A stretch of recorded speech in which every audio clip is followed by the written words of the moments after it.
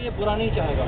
हमारा यही एक मतलब मकसद है कि हर एक के घर में जाएं, उनको सिखाएं कि भगवान राम ने क्या कहा था, मोहम्मद सल्लल्लाहु अलैहि वसल्लम ने क्या कहा था।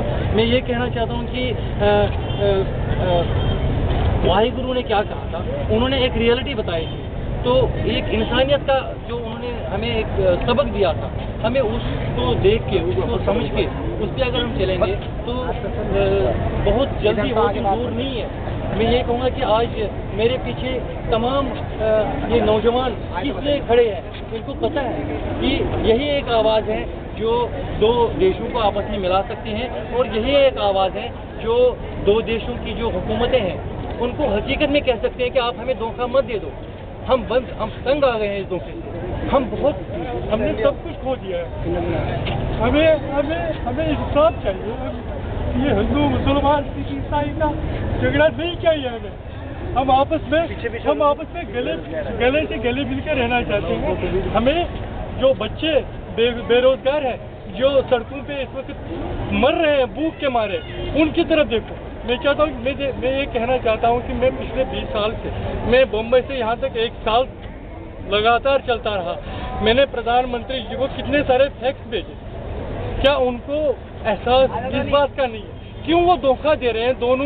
दोनों देश की गवर्नमेंटें क्यों धोखा दे रही है इन कल के फूलों को? अगर मैंने अपने 40 साल गवा दिए, मैंने अपनी माँ को गवा दिया, मैंने सबको गवा दिया। मैं नहीं चाहता हूँ कि ये कल के फूल जो उभर रहे हैं ये उस आतंक में चले जाए। मैं चाहता हूँ कि जो हमारी न्यू जनरेशन आ रही है, क्या दे रहे हैं ये दोनों हुकूमतें उनको?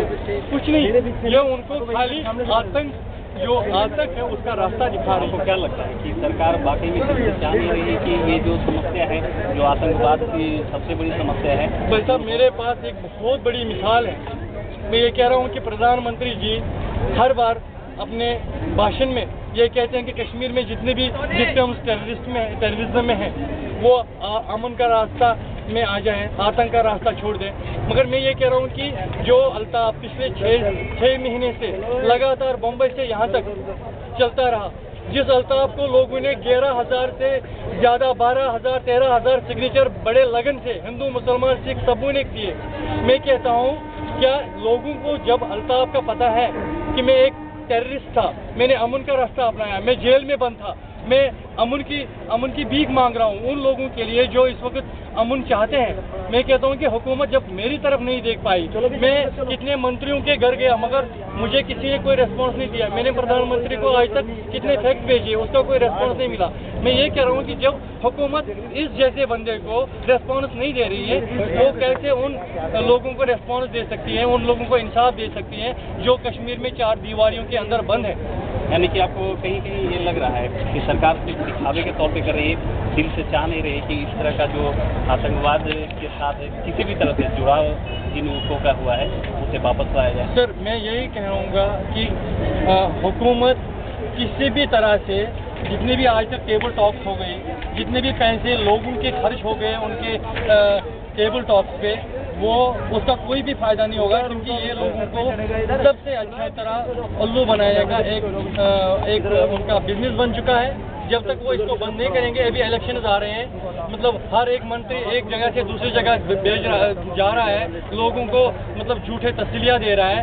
मैं कह रहा हूँ कि आप लोग जाग गए हैं, लोग समझ गए हैं कि अमन ही एक जैसी चीज़ है कि जो इन लोगों को जो करप्शन में है, जो भ्रष्टाचार कर रहे हैं, जो लोगों के हक खा रहे हैं, अपने बैंक बैलेंस बना रहे हैं, लोगों को पता चल गया है।